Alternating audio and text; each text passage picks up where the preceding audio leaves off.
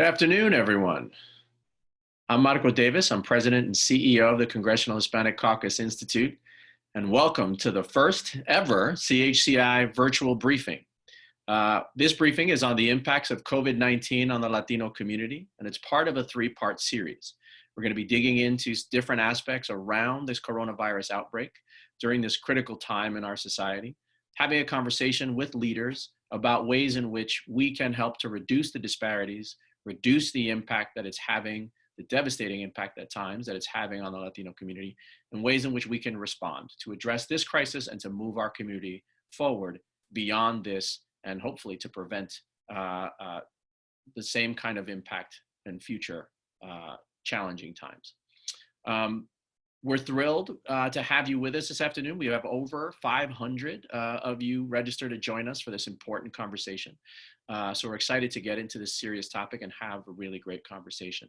Also want to thank you all for your flexibility and rescheduling. As last week, as you saw, we had to respond in real time to the House vote schedule on the House floor here in Washington, D.C. last Thursday. So we're glad that so many of you were able to re-register and join us here this afternoon. A couple of housekeeping items I want to share. One, this session is being recorded. So you, I think, saw a warning, a notice about that, and you had to accept. So hopefully your participation means you agree to be participating in the video. But also you should know that part of the reason it's being recorded is that it will be made available on the CHC website shortly after this, so that folks who weren't able to join us today can still benefit from the information and the conversation we have. This session should be available right now via Facebook Live. I say should be because, as a good friend of mine likes to say in situations like this, it's a live show. Anything can happen. We're piloting this whole virtual experience, piloting this simultaneous transmission from the Zoom conference onto Facebook Live. The feed should be working, but at times we're going to be subject to internet traffic. We're going to be at the mercy of the internet traffic, but hopefully all goes well there.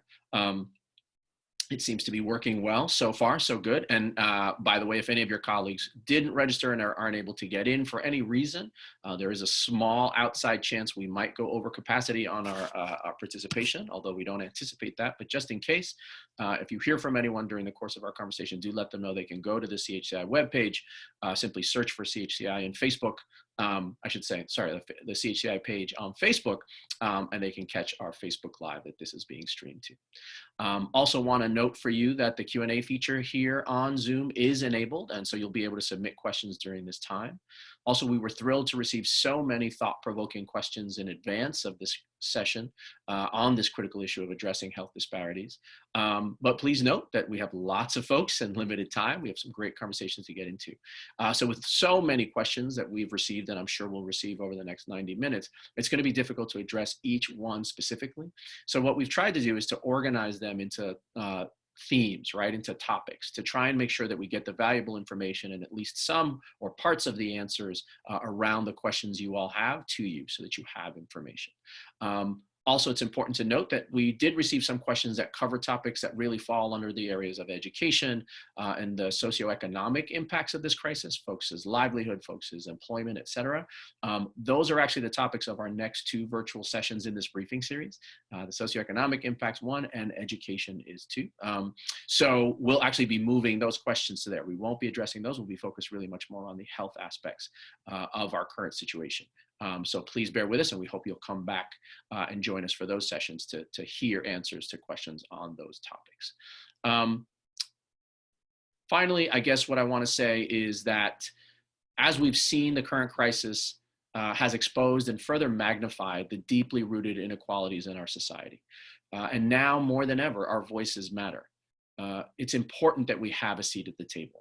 I believe that some of the reason why our community is experiencing the challenges and is being impacted as severely as we are is because there's not enough of us at the decision-making table deciding whether to allocate resources, deciding how to engage in conversations without our community. And as a result, decisions are being made that have impacted us negatively, that have left us out of some of the solutions. And that's one of the things we need to address. That's in fact one of the reasons why CHCI exists, is to develop and support leaders so that they reach those decision-making tables, so that they're part of those conversations.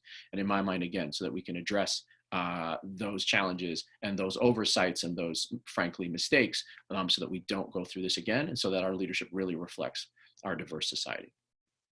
We're going to be covering a lot of different topics, different aspects of these health disparities, and we hope, again, that the information will be useful to you. But in case all of your questions aren't answered here, or all of the information you're looking for isn't mentioned and isn't provided, please note also that CHCI also has a webpage where we've provided COVID-19 resources. So we've been gathering information that the government, that the private sector, that the nonprofit world is providing, so folks can find assistance, can find support, can find resources. So please be sure to visit chci.org and to look for those resources there, and hopefully try to get the information and the assistance that you need. So now it's time to get to our first guest speaker. And I'm only going to be doing the briefest of introductions for our speakers, both in the interest of using our time most efficiently, and also because in this new highly digital world, I encourage you to simply look up these incredible leaders online. You can learn more about them, and in fact, you can engage with them via their own websites. So our first guest today is Congressman Jesus Chuy Garcia, who proudly represents the 4th Congressional District of Illinois. Throughout his career, Congressman Garcia has been a progressive voice fighting to improve the lives of his working class neighbors, many of whom are immigrants like him. So I want to welcome you, Congressman Garcia. Good afternoon, Marco. Thank you for the introduction. First, I would like to thank CHCI for organizing this timely and critical briefing. I represent a district that includes the northwest and southwest sides of Chicago, a working class district, large immigrant population, and my constituents have been hit especially hard by this crisis. Even before this public health crisis, my neighborhood, La Villita, had some of the highest asthma rates and worst air pollution in the country. We know that those who live in areas with high pollution levels are also more likely to die from the virus. The research is clear. The inequities already existed in my community and will only lead to deadlier results amid the pandemic. And this is only one example. The inequities, coupled with this administration's poor handling of the crisis, will hurt communities like mine. The focus of our federal government's response must center on helping working families across the country, not only handing out corporate bailouts. People must be the focus of our government's response, and thus far, it has failed to do just that. And that's exactly what my colleagues and I are working towards. I recently led a letter to House and Senate leadership urging them to include $100 billion for emergency rental assistance in the next emergency stimulus package to help people stay in their homes. Working class people, people of color, immigrants, and renters suffered disproportionately during economic recessions like the one our country is experiencing today, and they need to know that they won't be kicked out to the curb and left homeless if they can't make their rent. No one should lose their homes because of the coronavirus pandemic. One zip code should not determine the air quality that we breathe or our access to healthy, affordable food. And it should not determine whether we live or die through a pandemic. The coronavirus crisis has only heightened the impetus to address underlying disparities in the US. We cannot continue business as usual. The pandemic requires us to take bold steps. Anything short of this will perpetuate the inequities that are silencing and literally killing our communities. I'm happy to share that I introduced this morning the Health Equity and Accountability Act, and was joined by the Tri-Caucus chairs and Unidos US in a press call earlier today. As you may know, HEAA, known as HEA, has been introduced in Congress for 17 years. But HEA 2020 now comes at a time when COVID-19 painfully exposes the brutal existing and persisting health inequities among communities of color. The coronavirus crisis has only heightened the impetus to address underlying health disparities in the US. We cannot continue business as usual. The pandemic requires us to take bold steps like those included in HEAA to address those disparities. Specifically, HEAA 20 provides critical federal resources and establishes policies and infrastructure to eliminate these long-standing inequities. It would, one, improve data collection and reporting, expand access to healthcare, build more robust telehealth systems, implement more culturally and linguistically appropriate care, and eliminate Medicaid funding limitations for U.S. territories, among other priorities for the communities we represent. And Puerto Ricans on the island know exactly how this has been very, very discriminatory. It will ensure that if we face another public health emergency, we will be better prepared to protect our communities. I voted in favor of the CARES Act a few weeks ago because maintaining the health, safety, and economic security of working families across the Chicagoland area remains my top priority as we work to address the coronavirus pandemic. Thousands of families are worrying about their jobs and putting a roof over their head. Others who have been laid off, furloughed, or had their hours cut are wondering how far they can stretch their last paychecks. Parents are worried about childcare and the future of their children's education, and small business owners are trying to keep the lights on and pay their employees during these uncertain times. I listened to hundreds of my constituents, economic experts, medical professionals, community advocates, nonprofit and labor leaders, and elected officials from every level of government. I took their feedback and I worked to improve the Senate's original bill. But let me be clear, this bill did not include everything it should have. I was disappointed with some significant aspects like not enough aid to individual workers, failure to address the needs of the undocumented immigrants, especially children whose parents are undocumented and therefore ineligible for direct assistance. There's too much money for industry without stringent enough stipulations. The exclusion of the undocumented from this bill weighs heavily on my heart. Everyone should be protected. I look forward to discussing further with you on the panel this afternoon. Thank you so much for the invitation, Marco. Well, thank you for that. I mean, you covered Yes. a tremendous amount of really important things. Let me jump into one question. I think you'll have some, your background as an organizer, I think you'll have some insight, some experience on that I think is something that's top of mind for many folks, given the questions we saw ahead of time, et cetera. We know that even though in particular, we're talking about the health impacts of COVID-19, and we know that there's plenty, and we're going to be talking this afternoon about sort of much of the components of the health impacts. We also know that health is not something that exists in isolation, right? There's a concept known as the social determinants of health, right? It's the broader ecosystem that impacts actually someone's overall health. So I wonder if you might share with us some of your thinking, some of the work that you might be doing and your colleagues, et cetera, to try to address and respond to some of the issues that some folks in our community are facing. For example, access to nutrition, access to housing, that is actually, in fact, impacting their ability to reduce exposure to COVID-19, right? To get the proper treatment they need as a result, et cetera, like that. How are you seeing sort of this holistically in terms of response?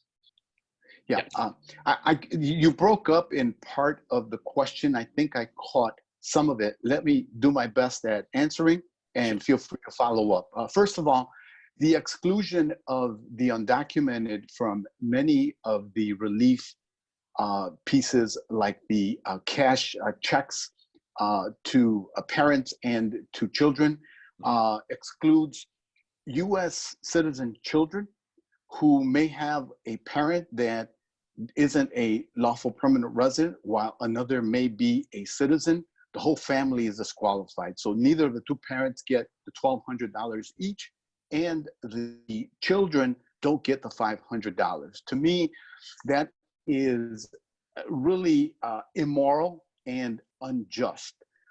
In addition to that, we're seeing very quickly that the Latino community is really affected in terms of income loss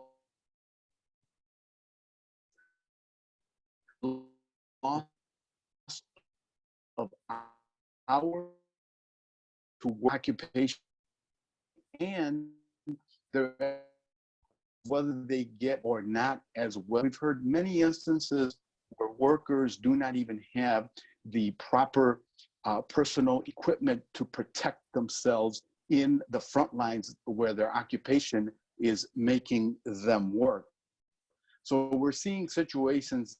My colleagues and I are working to seek to address that in the subsequent package that the Congress will address. I think you're breaking up a bit, Congressman. Let's see. Oh, I think we may have lost the Congressman. Once again, as I mentioned, live show. As you heard, while we give a moment to see if we can get the Congressman back, the issues that he shared, I think, are really critical and important to note. And I'm glad to hear that he and his colleagues are truly raising this issue among their colleagues and are thinking about sort of the discrepancies and the problems in the legislation. Oh, it looks like we have the Congressman back. We just got to unmute you there. Sorry about that. It's tough signal, but yeah, we were hearing you were mentioning about sort of particularly the folks who were not able to access the relief, the economic payments, particularly due to mixed status families and those challenges they're facing. The Payroll Protection Program, this is the program that was designed by Congress and intended to provide small businesses with forgivable grants so that they could keep their workers on the payroll and be able to reintegrate into the economy after the pandemic has passed, have also been at the mercy of the larger banks discriminating against them in terms of putting their bigger clients at the front of the line, gobbling up big parts of the billions of dollars, 350 in the initial phase, another 320 billion that we just appropriated, that it began to get distributed yesterday. Hopefully the small businesses will have a better shot. We hear reports that they are getting loans. That's critical because small businesses play such a vital role in the lives of the Latino community and especially in immigrant areas throughout the country. Great. One final question, if I may ask, before our time lapses.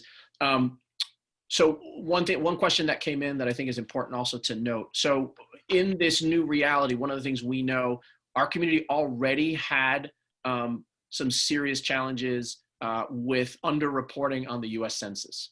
What are your thoughts, or what is your guidance? What can we as a community do to try and address this challenge, given that we need, everyone hopefully hearing us knows and appreciates the incredible importance and the need to have a full and accurate census? What is it you think we can do to make sure that we get as much response as possible from our community, given that we've got to figure out different ways to do it with this social distancing and stay-at-home orders? Yeah. We really need young people to step forward and become our ambassadors. They are the folks who best know how to utilize computers and social media and get information out in unconventional ways that don't seem like second nature to older folks like myself. We really need their participation. This census is the most important ever for the Latino community. We have the most to lose and the most to gain, because if we get counted, it's going to improve the quality of life of our communities in so many ways. It will multiply manyfold the number of local young elected officials that can become members of city councils, state legislators, members of Congress, county commissioners, on and on. We need their participation, but also it's a very important part of an effort to get people good education and workforce training. With the onslaught of the pandemic, we're going to have to redo our economy in so many profound ways. Education is such an important pathway so young people can be the key to a successful census We need all of them, and we need them to create the trust that tells people that if they respond to the census, the information will be confidential. They won't get turned in to the U.S. Immigration Service. They don't have to worry about that. We really need their help. Finally, Marco, I just want to reiterate one other piece, that in the bill that the Congress passed last week, it calls for additional testing and for the reporting on the testing by the Health and Human Services Department, by the Centers for Disease Control and the Food and Drug Administration, to tell us how Latinos, minorities are affected, African Americans. It requires that the reporting be done by race, by ethnicity, by age, by gender, by geography. This is really, really essential in our effort to get a grasp on the spread of the virus, to control it, and to ensure that when a vaccine is developed, that everyone will have access to it so that everyone will be protected and healthier. Well, thank you so much. You extremely well said, Congressman Garcia. We really appreciate all the work that you're doing. We appreciate the fight that you're leading, and we appreciate you bringing up these topics that we think don't get enough attention and fighting for them. I mean, you've mentioned so many things in just the brief time we've had together. I think it's important to remind folks that I think, again, fighting for the undocumented members of our community, ensure that they actually have a chance to benefit from all of the relief that's being provided, that currently they are literally locked out from receiving. Remembering the island of Puerto Rico and making sure to reach out and engage them. Thinking about the economic impacts, which again, we will talk about in our next virtual briefing session, how that specifically is affecting so many of our community. And of course, this question of testing, right? This question of testing and the need to have the data to actually be able to accurately address the challenges. So thank you so much for your time with us. We appreciate your leadership and your advocacy with our community. And again, so sorry that we lost you a little bit there with the signal, but you know, in my mind, this is also a useful reminder, even though this session is really about health impacts.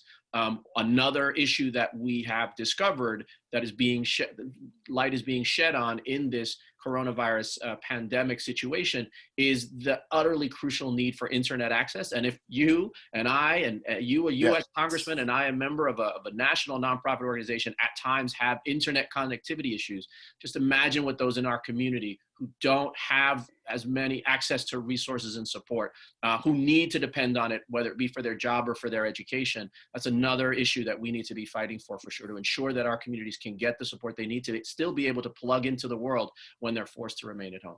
So thanks again. Have a great afternoon. And again, we appreciate your leadership, and we'll be in touch. Thank you, Marco, and thanks to CHCI for all they do. Appreciate it. All right. Well, we are continuing forward onto our next speaker to have a dialogue, digging more deeply into this issue of health inequalities. And our next speaker is actually Dr. Elena Rios, who is the president and CEO of the National Hispanic Medical Association. The National Hispanic Medical Association, or NHMA as it's known, represents 50,000 Hispanic physicians in the United States. And the mission of NHMA is to improve the health of Hispanics, simply put. She also serves as the president of NHMA's National Hispanic Health Foundation, which is affiliated with the Robert F. Wagner Graduate School of Public Service at NYU, New York University, directing their educational and research activities. Dr. Rios, welcome. It's good to see you. Yeah, thank you, Marco, for inviting, and thank you, Congressman, and all the other Congresswomen and men on the call.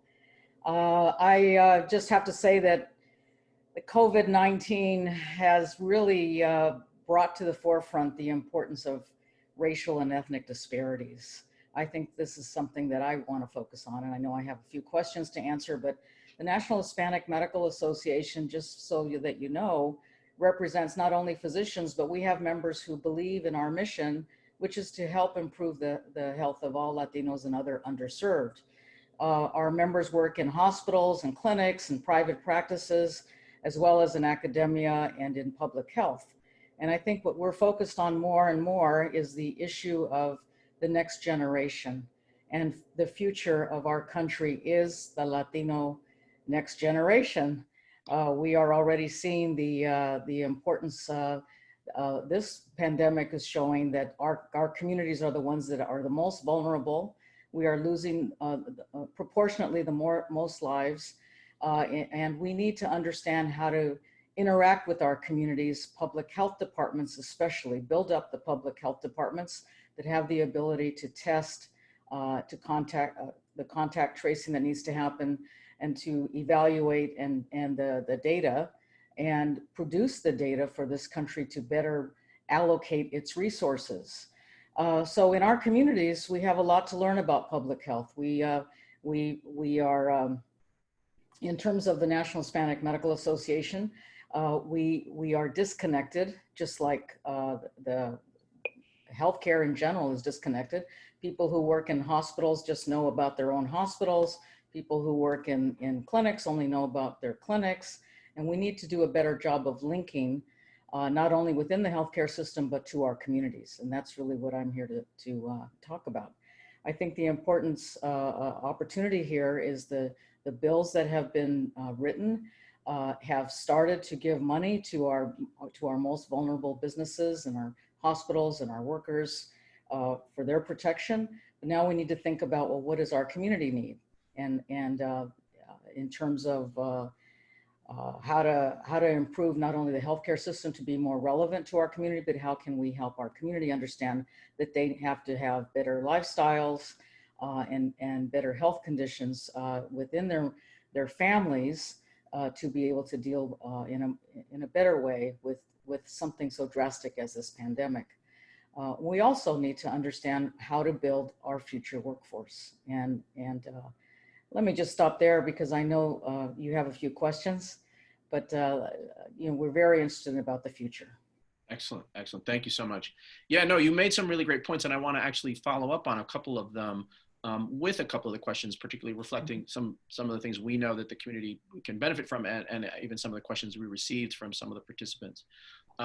So one of the pieces I think that's important that I think you might be able to really help shed light on is that we know that one of the reasons for the health disparities that exist currently is actually cultural competence in healthcare providers, and also really a lack of equity in terms of provision of healthcare, up to and including like the types of equipment and the types of treatment folks in our community need at the hospitals and the medical centers they attend as compared to those in other communities, right? And so what do you think are some solutions and some paths forward for us to try and ensure that there's more socially, culturally, and linguistically appropriate care, and also that we get sort of the resources, the quality of care that's needed to help ensure, for example, that we don't have disproportionately high numbers of folks contracting and sadly dying from COVID-19?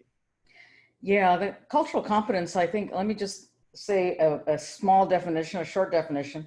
It's a set of behaviors, attitudes, and policies that a system, a healthcare system, an agency, or an organization, or even professionals have that can actually enable them to work more effectively in cross-cultural situations, so that people who take care of Latinos might not necessarily be Latinos, but they need to understand our families and our values and our beliefs. The Office of Minority Health, which I think is something that needs to be part of the bills that are being created, started with the cultural competence class standards that are known as the I'll say the provisions in our country's mainly grant programs, hospital accreditation agencies, medical school curriculum. The class standards are focused on governance and workforce, language, and how to continuously improve curriculum and training programs. And I think that we not only have to develop the staff and the staff training that got started in the year 2000. It's been 20 years now with all of the effort to change the way healthcare systems look at our communities by looking at health disparities and looking at cultural competence training. Tying it to quality, tying it to lessons learned, tying cultural competence to our organizational budgets and technology, especially the focus now on technology more and more with home health and with interventions that include looking at screening and testing. I also think that the cultural competence for the workforce means that we really do need to look at the DACA students You know, the Supreme Court is about to make a decision on the DACA students. 27,000 students are actually working as healthcare workers. A couple hundred of them are actually doctors or medical students. And that's one area. The other area for workforce is our IMGs, and the international medical graduates were given their ability to work here because it's an emergency situation right now. But what about the long term? I think that, and part of their problem, of course, is they have to pass exams to get into our residency programs.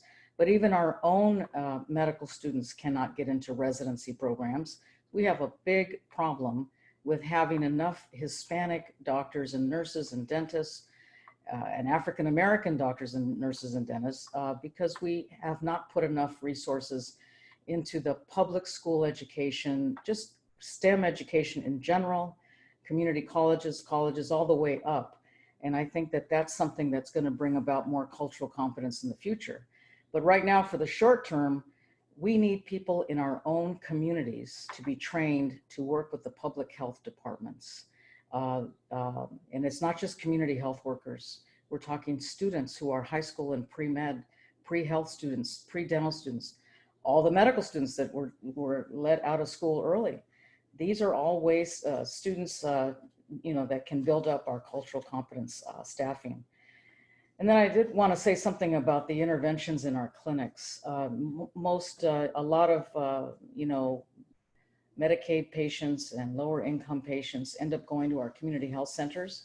Well, they're really hurting right now because people are told to stay home. So if we want, cultural competence also means that we need to get the information out to our families about the importance. If you're sick, you need to go to the doctor, you need to go to your clinic. And we also need to have more, you know, disproportionate share funding for our hospitals and the community hospitals. So these are just some of the ways that we can build up the ability for our own workforce for the future. And then the last thing I'll say about cultural competence is we can't do it without leadership. And you mentioned this early on. We need leaders that are in their mid-careers, especially for Latinos, the Latino health professionals that are doctors or nurses, to be trained in special executive programs, short-term executive programs to get involved with public health and policy making in their states as well as the federal government. Great. And how do you think we can help address that question right there about getting more folks in the medical field into leadership roles? How do we help that pipeline? Well, the National Hispanic Medical Association has had a leadership fellowship, and I think that we need to revise that. It wasn't, for example, we should be having webinars and having more technology instead of just face-to-face meetings. But it's a year-long executive leadership training program supported through HRSA. I think it could be supported through the Office of Minority Health.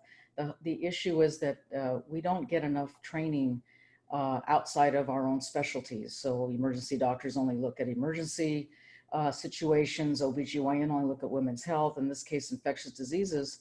Everybody needs to understand how to take care of the disasters in our communities, and how to better link and communicate with our stakeholders, like working with the media, working with philanthropy, working with the major institutions, as well as the public health departments. So the leadership fellowship idea, the concept, is to really train doctors and others, doctors and health professionals, for example, who can then be nominated to career positions. They can be advisory committee members, they can be on boards. You know, they don't have to be full-time CEO, but the issue becomes, without that expertise and that experience and that network, they will never get to the CEO levels. Right. We have no, hospitals in our country, our medical schools, very few C-suite leaders. And it really is going to come from our organizations working together to build that leadership. Great. Thank you. That's helpful. And so with the limited time, one last question, if I may.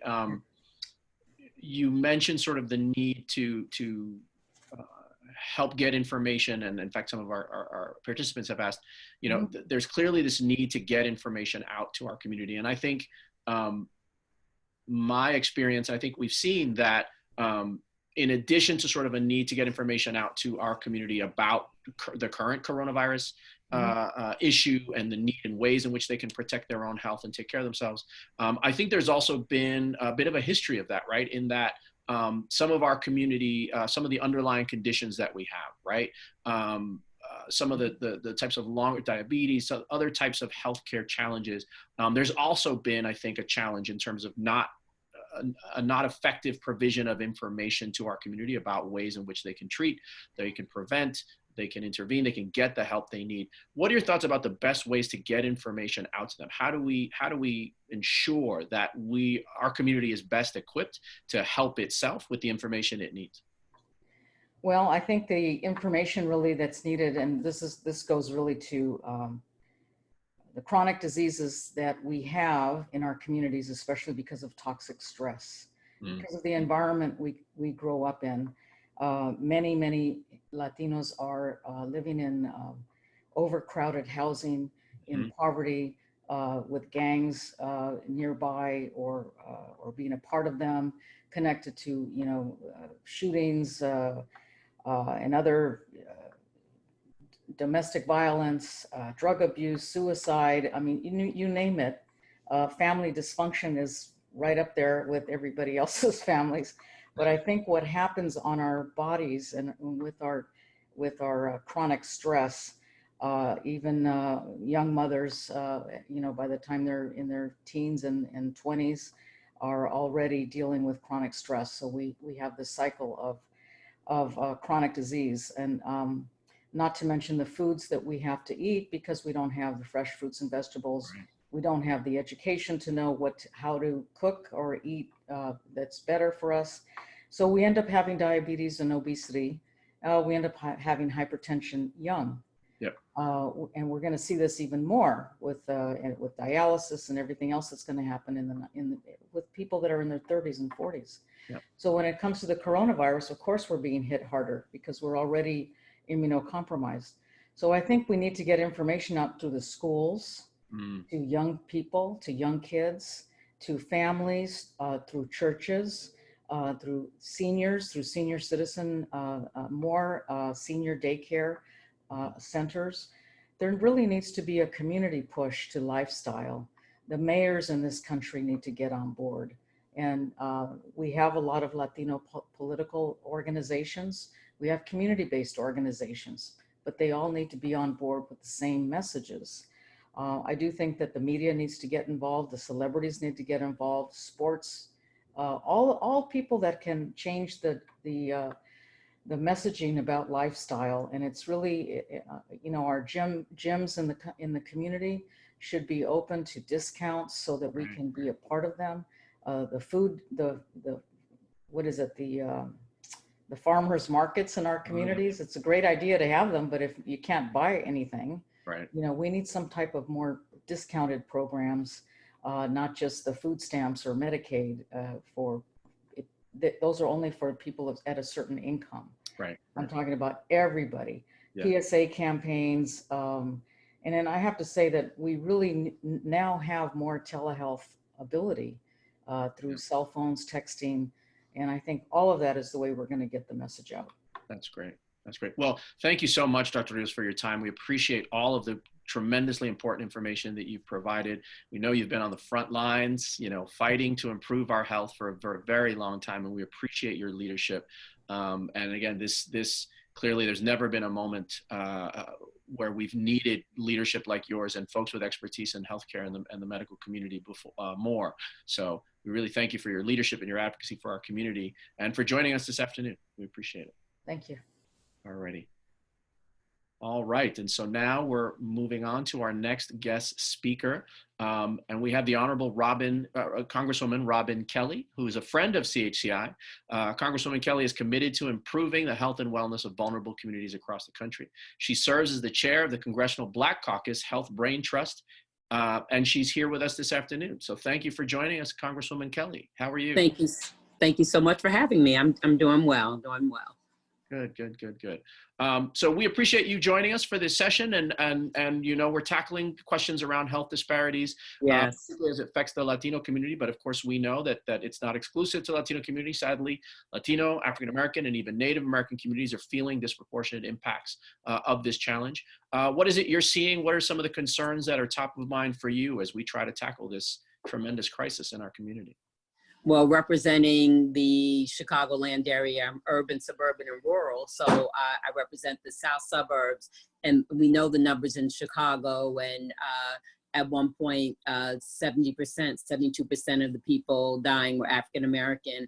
And in my South suburban part of my district, we're seeing very high numbers. It's second in the area. So just very concerned about the number of deaths, very concerned about, you know, the hospitals having the equipment that they need. I was just on the phone with my hospitals, and one of my CEOs said they need more surgical gowns. They finally, you know, caught up in mass, but just concerned about the equipment, concerned about testing areas. We finally got a testing area in Markham in the South suburbs, but, you know, it's a big area, so we really need more. Everybody doesn't have the transportation, you know, and there's not the buses and the trains like in the city. Right, right. Wow. Yeah. I mean, it's sadly, that's a familiar story, right? We're hearing that so many of our communities, so many of our cities, and even some of our rural areas, you know, again, that are just not able to access the information, the resources, the support that they need. I'm wondering, how can the leadership in Congress, collaborating with community leaders, address these things? What do you think are some of the steps that we need to be taking together to try to fix this, right? To try to change these statistics, to try to make sure that districts like yours and the ones where so many of our communities are found are not facing these challenges in the same way? Well, frankly, you know, the numbers are shocking, but they're not surprising.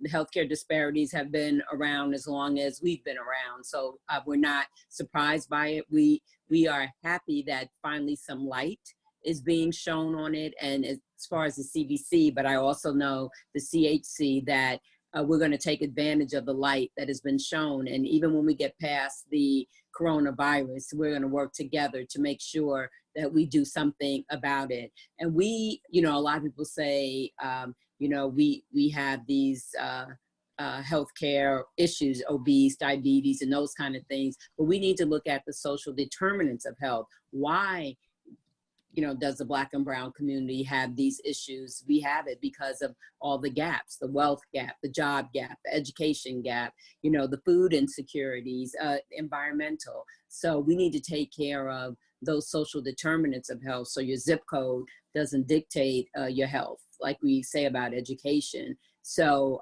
we are definitely working with leadership now, and the CDC and the CHC, you know, we work together all the time, but we're working together around this issue. In fact, the Tri Caucus, and as we say, +2 with our Native sisters, we're working together on some research. That's great. That's great. And actually, your fellow Illinois delegation colleague, Congressman Chuy Garcia, who was on with us a little earlier, mentioned. He told me. He mentioned that you all had joined him and his colleagues in the Hispanic caucus to introduce the HEAA Act this morning. Yeah. Right? Yes. So I mean, that's right. We all take turns filing it as Congress goes. Some pieces of it have already been adopted into the ACA, but we want the whole thing adopted, you know, health, equity, and accountability. We want the whole act adopted. That's great. That's great. That's helpful. So one question I think I'd love to ask you, because speaking of sort of working together and collaborating, as you mentioned, these stats are shocking but not surprising. One of the things I find is that they are still surprising to far too many people when they hear them, right? I think that not enough light has been shed on these challenges, right? There's not enough attention being paid to these questions. And sadly, particularly in a situation like this, when the numbers get so large, I find people, it may be a coping mechanism, but sadly it's all too convenient, and we are the ones who pay the price for it when these issues, these statistics are reduced to just that, statistics and numbers, right? what do you think are ways that we can help to tell these stories, to help shed light on these challenges in our communities like your district and many others, to ensure that people realize that we're talking about human lives, that we're talking about families and communities. We're not just talking about statistics and numbers. What have you seen that's been particularly effective that folks might be able to take from this as ways to continue to raise voices? Well, I think actually hearing from the people that it's happening to, hearing from people that have lost people that have been sick. For 3 years, I've worked on the issue of maternal mortality, and what people need to realize, it happens to everybody, like the virus is happening to everybody, but in the African-American community with maternal mortality, we die 3 to 4 times the rate of white women, and Native women in the state of Washington die 8 times the rate. So, and it doesn't matter your socioeconomic status, that there are, you could be wealthy, you could be highly educated, but it still happens to you. And that's the same thing with health. Yes, you might be wealthier, more educated, but still compared to someone like you, you're still dying at a higher rate of these illnesses. So I think us continuing to tell the story, doing what you're doing right now, talking to reporters of, keep paying attention to the story. Like we said, we're not going to let up on it, even though sometimes you get weary telling the same story, and also empowering people to speak up for themselves. And also we need to learn, to speak up to our healthcare providers. That's the other thing, because, sometimes we don't get treated in the same way. There's been many stories of doctors going in because they're sick and another doctor not treating them in the same way that they should be treated, so we have to continue to tell the stories and call people out. Yeah, you raise a really good point. I heard a couple of stories, just a couple in the last couple of days, about folks who've mentioned that sort of when and I've seen in the news as well, right? Folks who present to hospitals with conditions, and they don't say that's the reason, but again, there's a pattern on the race or the ethnicity of the patient that gets turned away and told you're not sick enough. And yet then we see tragically in these news stories, those folks get turned away, they get progressively worse, and then it's too late to treat them, right? Whereas my colleague in New York has repeated that to me a number of times. She represents the Brooklyn area, and they found so many people died in their homes. Yeah, I mean, it's brutal. And so, yeah, I mean, I think there's a need, like you said, it's a really good point you raised, in that we need to speak up to all folks, right? To all leaders, and we need to do things on a policy level, but we also need to do things on a practice level. We need to be talking to our healthcare providers. That the cultural competence piece I was just talking about with Dr. Rios extends even to the type of interactions people have, right? The courtesy and the respect extended to our community, and that's something I think that we need to challenge and stand up for. I think she described it so beautifully when she was talking about it. Yeah, that's great. One other question. I believe you might have a commenter, a participant submitted a comment and a question about this. I believe it seems you may have introduced legislation, or you may have talked in some way about the need to collect and track the racial and ethnic data. Right. Similar to the way was talking about. Senator Elizabeth Warren and Harris and Senator Booker and myself, Congresswoman Ayanna Presley, Congresswoman Barbara Lee, and Congresswoman Karen Bass. Wow. We introduced legislation around data collection. And because at first, only 9 states were turning in data, and then it was 14, but never, all 50. So our language wasn't all included, but it will fund the collection of and reporting and analysis of racial demographics having to do with COVID-19, but it doesn't just include deaths. It includes tests, contact tracing. If you were positive, it includes the referrals. It includes, were you admitted to the hospital or not? Because, we've just heard all kinds of stories. So we just didn't want to concentrate on how many people died, but how many people came to the hospital, but weren't admitted for whatever reason, told to go home, like you just said. So, they have to give a report in 21 days, and then 30 days, and then 180 days.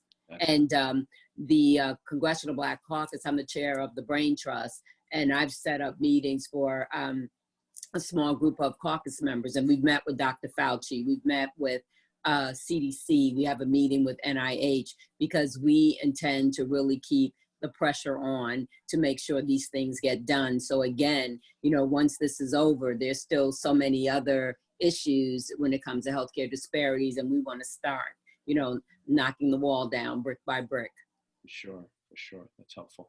One other thought, do you have any ideas about ways in which more of our folks can get into the positions to be providing the support? I mean, I've heard some talk, and this sort of spills over a little into our second virtual briefing session that we'll be having in a couple of weeks around the economic impacts. But because it seems to me that there's potential opportunities, there's actual work opportunities, because there's a need for folks to be doing the testing, to be doing the contact tracing and so on. But there's also that health component in that, again, folks who have that sensitivity, who have that exposure, who have that knowledge and insight about our communities are going to be far more effective, right, at being able to carry those things out. Are there thoughts you have on ways in which we can best position our community to be able to take advantage of that, to ensure that our community is included? We met with a group of Black doctors, and they were all under 40. And so it was interesting hearing their perspective. And one thing they talked about, that we have to be careful who the messenger is, and we have to send in, us into our communities to talk to the people, our neighbors, friends, our young people.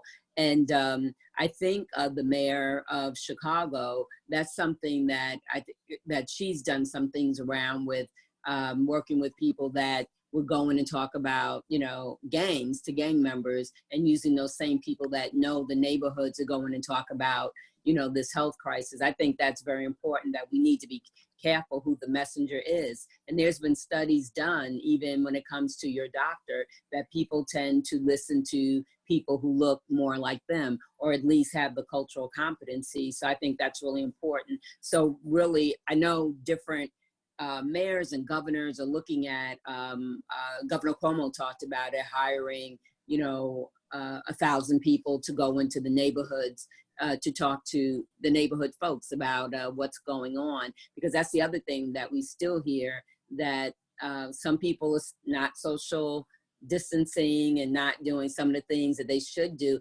especially some of the young folks. They're,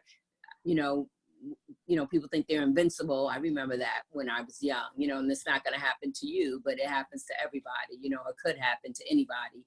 So the messengers are really important. And I think that who's ever doing the hiring for contact tracing, they need to look at people from the neighborhood. And also the other thing we're pushing is for testing, again, mobile vans, like going into the neighborhood, not always expecting people to come to us, but let's go to the people, and let's go to where the essential workers are working, which are, Black and brown folks. Let's go to the post office. Let's go to the grocery store or CVS, or the stores that are still open, and the truck drivers, bus drivers, and test them at their workplaces, not always expecting them to come to us, but let's go to them. That's great. That's great. That's helpful. Really great advice. Well, we want to thank you for joining us this afternoon, Congresswoman. Thank you so much. We appreciate your leadership, your advocacy on behalf of all the communities in need. They are representing your district in Illinois, but certainly on behalf of all of our communities in this really difficult time. So thanks very much for joining us, and we'll certainly look forward to continuing conversations with you. Definitely. Thank you so much. I really appreciate it. Take care and be safe. Thank you. You too. Take it easy. Hey, Robin. Hey. Behavior. Well, we've been joined by our next guest, the Honorable Congressman Dr. Raul Ruiz. Dr. Congressman Ruiz is a CHCI board member, in addition to representing California's 36th district. And that district includes the Coachella Valley, as well as the cities of Banning, Beaumont, Blythe, Hemet, and San Jacinto.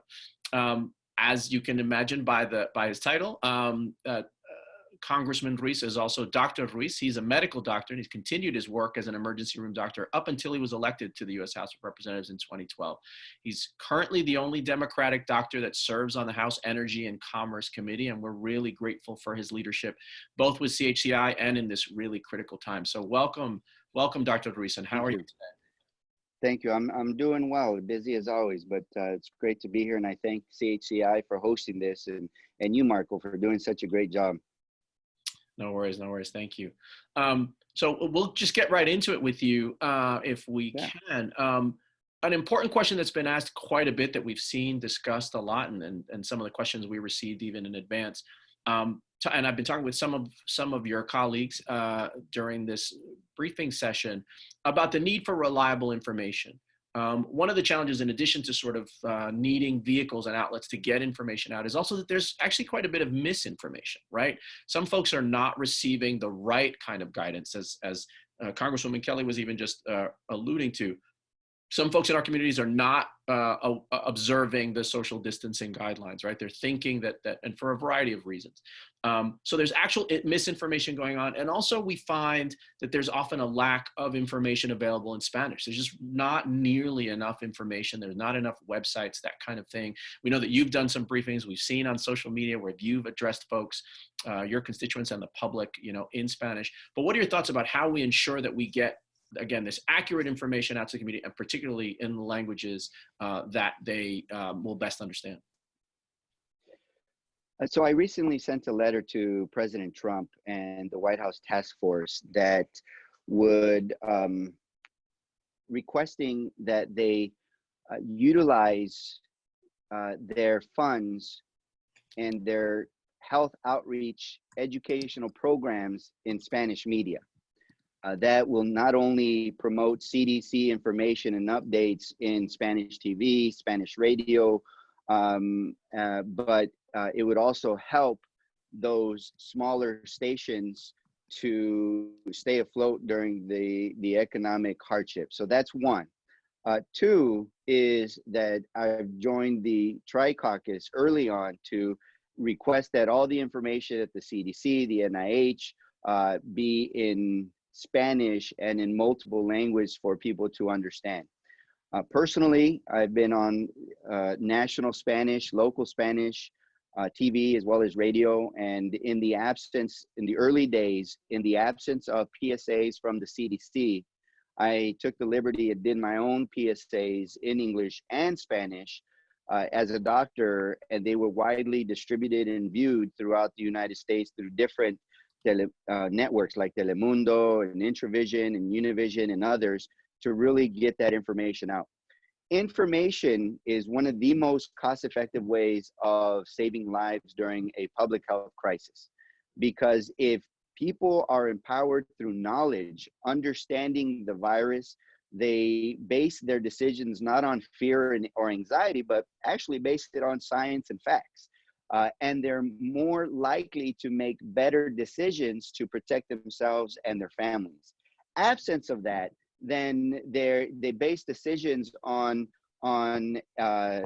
anxiety and fear, and if they receive information that's incorrect, then they can actually make wrong decisions that can hurt their lives. For example, the craze to purchase and start using hydroxychloroquine, with the president really pushing that medication, and then purchasing them in a stockpile before there was ample evidence from the science showing that it's safe and effective. It did two things. One is that the people started taking it upon themselves to take that medication. And one of the serious side effects is cardiac arrest and death. So the FDA noticed an increased number of deaths due to taking hydroxychloroquine when it was not indicated, and had to put out an FDA warning in the community saying, please don't use this unless you meet the eligibility, unless it's indicated, and unless you're in the hospital and under all the previous indications.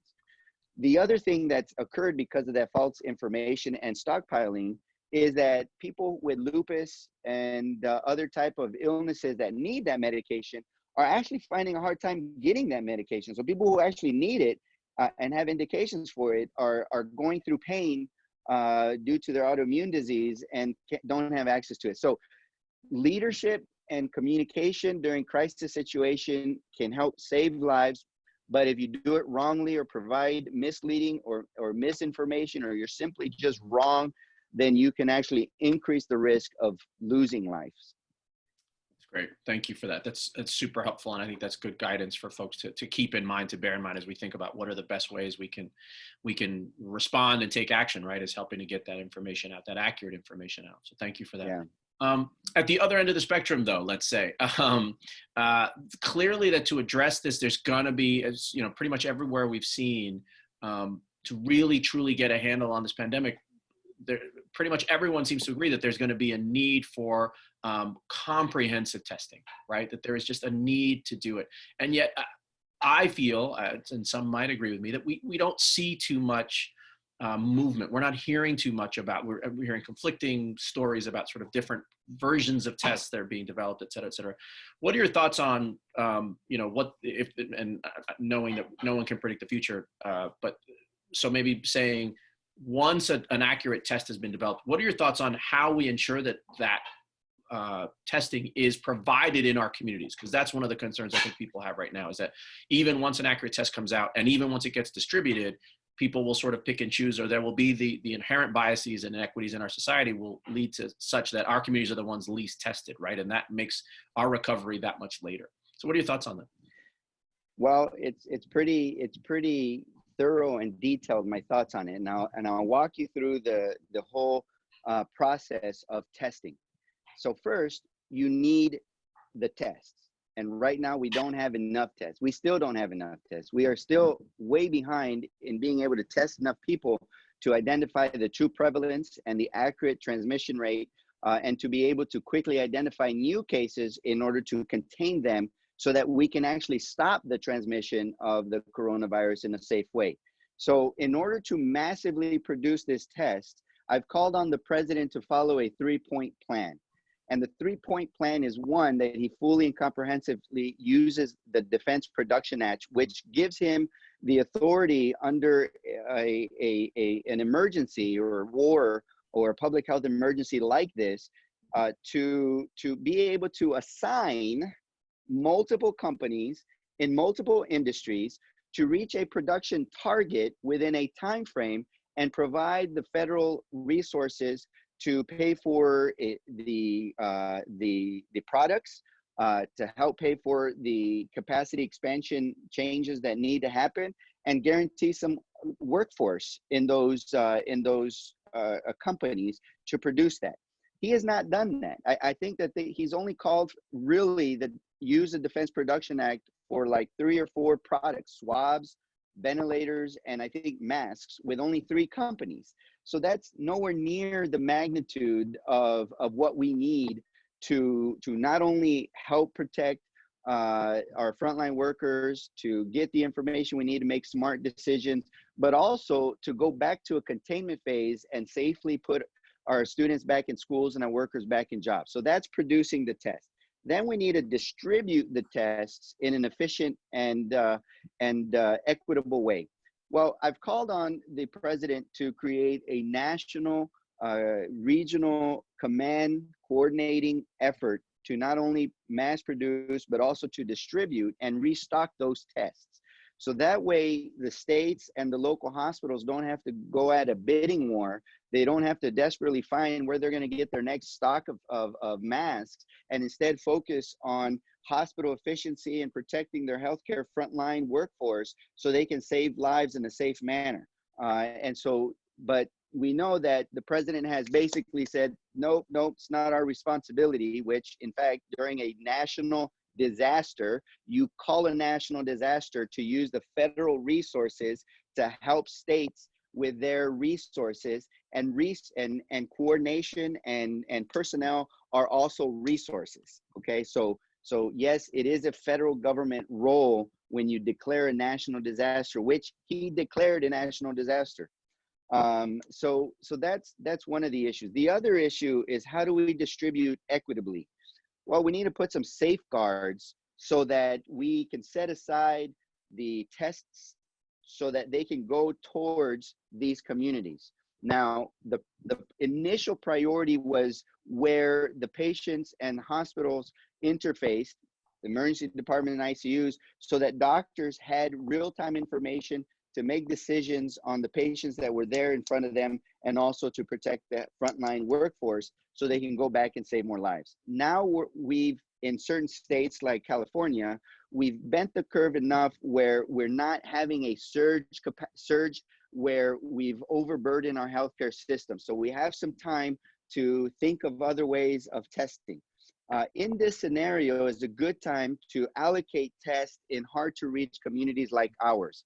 So for example, the fundings that the federal government just provided for testing for hospitals should go for testing in underserved communities, specifically in rural clinics, in farm worker clinics, in federal qualified health centers, and in mission-driven nonprofit clinics that focus in serving poor African-American, Latino, and also within the tribal healthcare systems, so that we can really address testing in the communities that are disproportionately being affected by the coronavirus.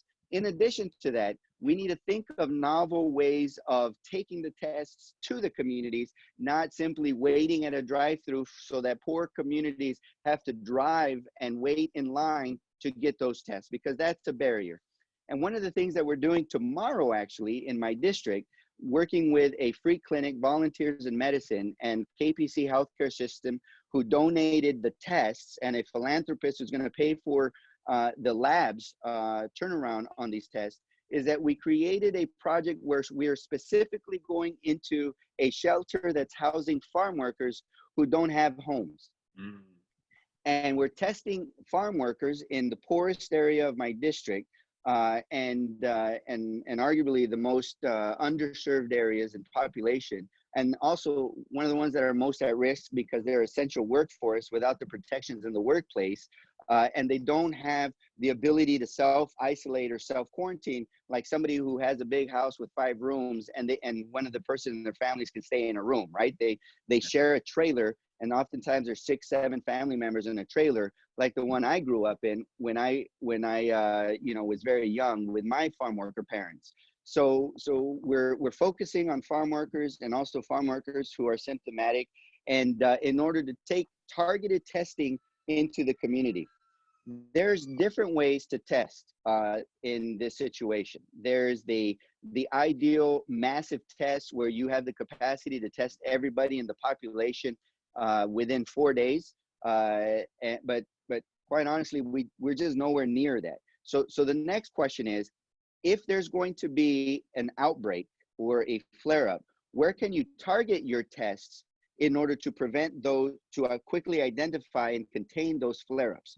And then finally, if you want to get prevalence numbers in terms of how widespread is this virus, then you use methodologies like sampling, random sampling, or targeted sampling that can give you a very specific population base where you can extrapolate what those numbers are and make assumptions based on those smaller numbers onto the larger population. So what we lack in this discourse is not just the number of tests, but we lack a coherent testing strategy defined by either the federal government, the states, or local counties to bring some scientific methodology to how we're testing, so that we can have a clear definition of how many tests we actually need based on that methodology. And we lack that as well. The last bill with the $25 billion going towards tests had in there that they would have to report who's positive in terms of the demographics around our country and where they're coming from, but also that the administration would have to define a coherent testing strategy for the nation. We'll see if they do it. Yeah, thank you for that. That's a very thorough and comprehensive strategy. So hopefully, again, some, if not all of those things can be adopted, because clearly they're critical. So thank you for walking us through that. That's really helpful for us to understand. Well, that's what you get when you ask like somebody who's a public health expert trained in disaster and has studied population surveying and sampling in disaster situations. So right. And speaking of which, I mean, does FEMA play any role in this by any chance, or is there the possibility of that? Are they active? Well, FEMA in general is the agency that should be in charge of procuring and distributing the tests. In the last PAPA bill, the one that determined all the emergency preparedness, they had assigned a specific office of ASPR within the Department of Health and Human Services, but they haven't played that role. In addition to that, then is it the FEMA director, or is it this admiral within the Navy that's in charge? Is it the secretary of HHS, or is it the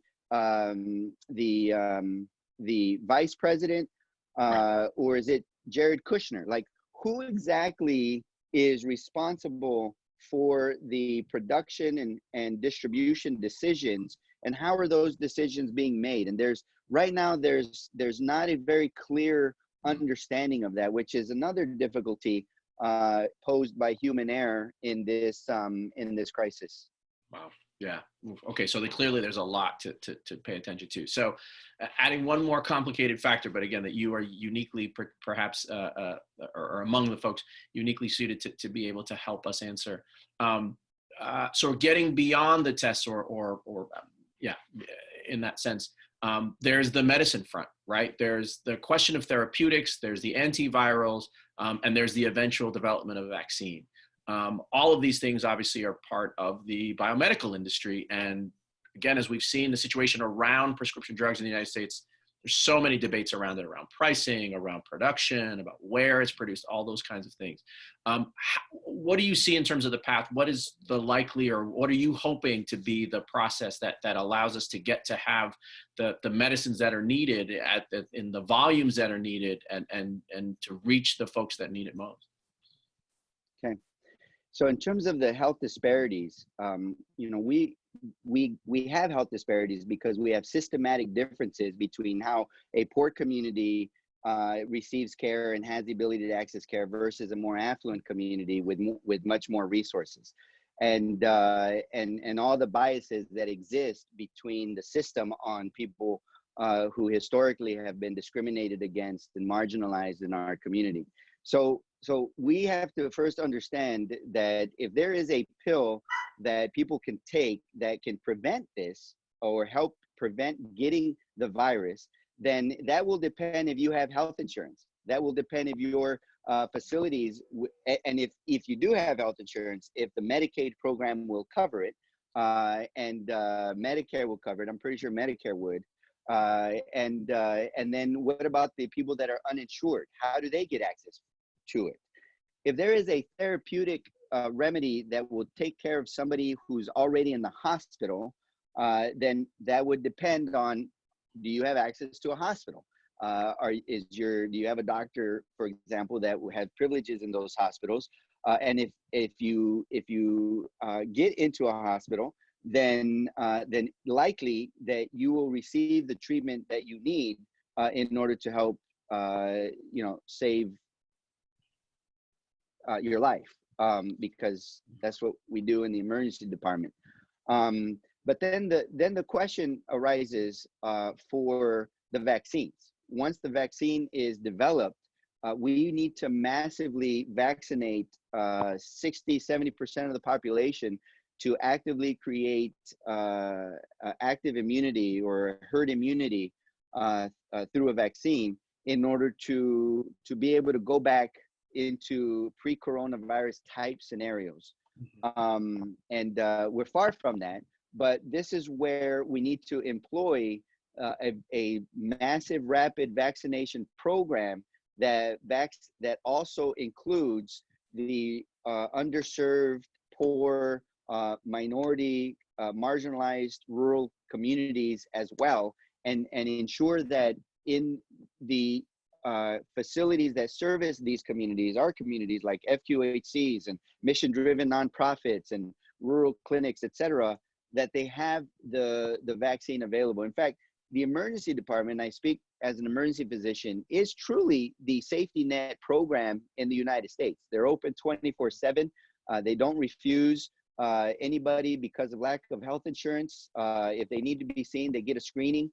And if it's not life-threatening, then they can be sent home to see a primary care doctor. However, in my practice, I've never seen that happen. So emergency physicians will take care of folks. So that would be a good place to really stock up in terms of vaccines. So anybody that comes that way could get a vaccine, because those are often the sites of treatment for people who are uninsured, who don't even have access to FQHCs or those rural community health clinics. Wow, that's super helpful, super helpful. Thank you so much. I mean, clearly we could have spent the whole time of our session just with you, because you have so much insight, so much knowledge, so much expertise. Maybe we'll be able to get you back for a future session for sure to share more information, and hopefully any information that you have, we'll be sure to post your PSAs, because clearly I'm sure they're super informative. We'll post those on our website, and any other information you have, you know, if where would you recommend we direct folks to? Is there information on your website that we might be able to recommend, or are there particular sites you think? I mean, is CDC updating and providing enough information, or where should people go primarily to try to get more information that may not have been covered during our conversation? Well, primarily go to the CDC. You know, they provide updates, and that's the national guidelines that are out there. The NIH website also has information regarding the coronavirus. The FDA also has information if you're interested in learning about the studies or the treatment options, or you know, where they are in the process, or even the vaccine and where we are. We're about a year away from an actual vaccine that can work. And then the next would be your local counties. Your local counties should be communicating in both English and Spanish on official information that's most specific to your communities. Your state is also another source of resource to look into. We're fortunate to live in a very good state that's been very aggressive and amenable to diversity and information in multiple languages in California. So that's, you know, my hat's off to Governor Newsom and the California State Legislature on that. The other, if you want information, we have all of my social media videos in English and Spanish in my website, and also my Facebook page, Congressman Raul Ruiz, MD. So those are also resources that I have that people can share. Look at them with your parents, with your grandparents, you know, and share that information, because it's very important. That's great. Thank you for that. That's super helpful, and we'll certainly be sure to help put up information and share with our participants information about those resources that you mentioned. And I think you gave a really good reminder, which is which you know, I think is useful for people to keep in mind, and that sort of the news, and because this is truly, you know, it's a global pandemic, but the news, I think, focuses on this, I would arguably overwhelmingly from a purely federal perspective, right? It's what's the federal government doing, and what are the federal solutions, and what pronouncements and or disagreements are coming out of Washington, D.C. But as you mentioned, I think it's a good reminder for our folks that the states and the counties and even the cities, I would argue, right, that leadership, that set of information is important. It's closer to home. It's more adapted to the local environment, to the community conditions and the circumstances, and that folks should also be looking for information there, and not just about, although they should also go there for information about employment and the economic impact, but also on these health issues as well.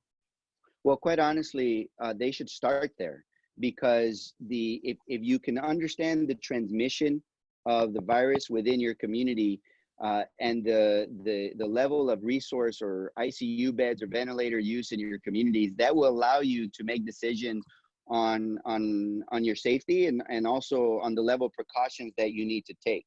It's in your community that they're providing testing, and so you need to learn what those testing requirements are, and whether or not you're eligible to get testing, and where to go, and how many tests are available.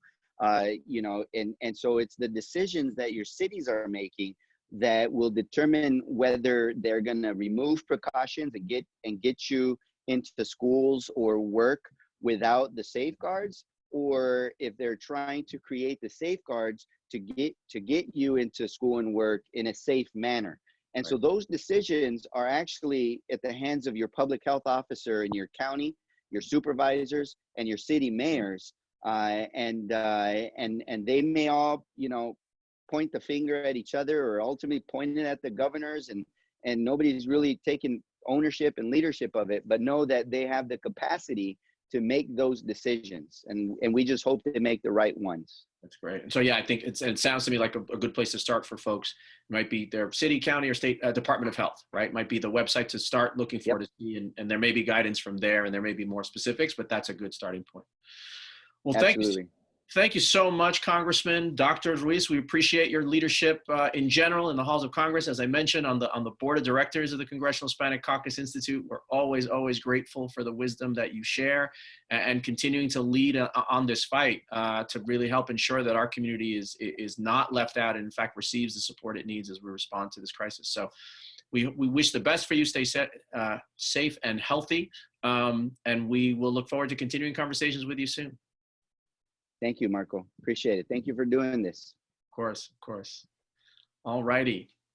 And so we now come up to our final speaker, who we saved. I like to think sometimes we save the best for last. We have a gentleman joining us in just a moment or two, who is actually an alum of CHCI's internship and fellowship programs, as well as even a scholarship recipient. He's a three-peat participant in CHCI activities, and so we're really glad to have him. And that's not the only reason we brought him on, although we'd love to highlight that connection he has to CHCI.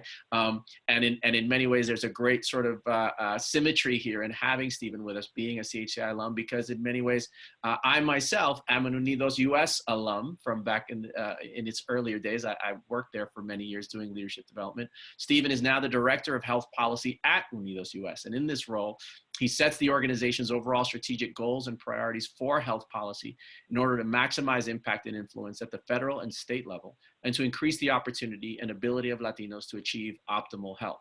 And for those of you who know Washington, D.C., he's actually also our neighbor. Unidos US building is right next door to CHCI's building.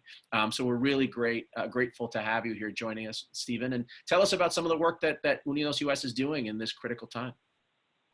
Sure. Well, first, thank you, Marco, for having me and for inviting Unidos US to be here. It's been an honor to hear from these panelists and just to share a little bit about what we've been doing. I think as the panelists have been sharing, right, COVID-19 has really shown a spotlight on these long-standing health inequities for our community and for communities of color, among others. And I think, from the Unidos perspective, for folks who may not be familiar with us, we used to formerly the National Council of La Raza. We're the nation's largest Latino civil rights and advocacy organization, working to increase opportunities for the nation's nearly 60 million Latinos. We do this via policy and advocacy programs, and with our network of nearly 300 community-based affiliates across the country, really to create a stronger, more equitable America for all of us. And our mission and our work, I think, has never been more important. This is the type of work that we do. We have long worked to close gaps with respect to healthcare, education, immigration, the economy. We've stepped up to meet this moment for our community and our country, I would say, in three primary ways. One, which we've heard from a number of the panelists today, there was such a lack of factual information in language that was culturally responsive. So we took action and created bilingual content that we've been curating on our website, unidosus.org, that spoke to the needs of our community in a way that was relevant to them. We had the fortune to have Representative Ruiz on a Spanish language teletown hall a few weeks ago. Last week, we had Dr. Rich Besser, President and CEO of the Robert Wood Johnson Foundation, on with us, in addition to Representative Joaquin Castro, again, to share information with the community and to make sure that they were getting the factual information that they felt that they were lacking. The second way I say we're meeting this moment is really to support our affiliates. We recently created a relief fund to support their capacity and their ability to function in a variety of ways. And I would say the third way is really around policy and advocacy. We, again, have been doing work for decades to close gaps, especially when it comes to health. The unfortunate thing is that prior to the pandemic, we were beginning to see signs from our own research that the progress we had been making was beginning to be reversed. I'll give a quick example. Last month, we released a report with our colleagues at Georgetown Center for Children and Families, and the report was on Latino children's health insurance. After a decade of progress, in 2018, we began to see an increase in the rate of uninsurance for Latino kids, 8.1% versus 4.2% for non-Latino children. And so you can imagine that if this was already occurring prior to the pandemic, we can predict that those gaps will likely be exacerbated under this pandemic and the simultaneous economic crisis, right? And so I think that just makes the case as to, these packages that are being developed in the Congress, they absolutely have to include the needs and priorities of the Latino community, of our mixed immigrant status households, of communities of color. And while we've seen progress made on some fronts, on a whole, unfortunately, they've fallen short in fully addressing the needs of our community. So we're going to continue to fight to make sure that the needs and experiences of our community, especially when it comes to health, are included in these packages. But I would just put a call out for action on all of those who are watching today. Our lawmakers need to hear from you. They need to hear that we cannot leave our community behind, right? Especially some of the most vulnerable who need an adequate response to this pandemic. Thank you, Stephen. That's super important. Really appreciate that information, all the work that Unidos is doing, and that call to action that you issued. With the brief time, I'm sorry that we've run so tight up on time, but I did want to ask you one question. I wanted to make sure at least to get in one. Maybe we'll see two, depending on timing. But we got a number of questions from some folks, and as you well know, our community is an extremely young community, particularly relative to other to the non-Latino population. And we got a few questions from folks who work with young people who are, in addition to sort of navigating their own paths and coping with this time, they're also eager to contribute, right? And so a couple of questions were, what would be the guidance, the advice you would have for young people themselves and people who work with young people in terms of the ways that young people can also play a particularly helpful role in trying to respond to this outbreak that may not be as clear to them in terms of the types of actions and activities they can carry out? Sure. So I'll give you three things. One, and Representative Garcia mentioned this, right? Young people are well positioned to be digital ambassadors, right? As we're seeing a movement toward more virtual platforms, they're well positioned to help connect those family members who haven't been as early adopters. So I think that's one. Two, something we really haven't spoken about, but the concern around mental health and isolation is very real. I think about some of our family members or neighbors who may be living alone. The sense of, virtual volunteerism, checking in on your neighbors, maybe calling someone who in your church is living alone, or one of your neighbors who may not have many visitors. I think that type of human contact or checking in to make sure that folks know that there's at least one other person thinking about them, I think can go a long way. And young people, again, as early adopters of technology, are well positioned. And then the third thing around civic engagement. Each year, around 1 million Latinos turn 18 and are eligible to vote. So I would encourage folks, if you're eligible, to register to vote. And if you're registered, to be ready to cast an informed ballot in November. This is such a critical year for our community, and we need to make sure that every voice is heard and every vote is casted to change the direction of this country in a way that's going to center the needs and the priorities of our community moving forward. That's fantastic. That's a really great set of guidance, Stephen. We really appreciate that advice you gave. I think that's really comprehensive, and I think that's a really great place to finish. And I think, again, you've issued now 2 calls to action, and we really appreciate that. I mean, I think that's what's needed, right? We need a response. We need to leverage our power as a community, and so we're grateful. We're proud to stand side by side with you and Unidos US in trying to help rally our community to make sure that our voices are heard in all places, right? In the halls of Congress, at the ballot box, and out in communities. So we really appreciate your time and your sharing these ideas.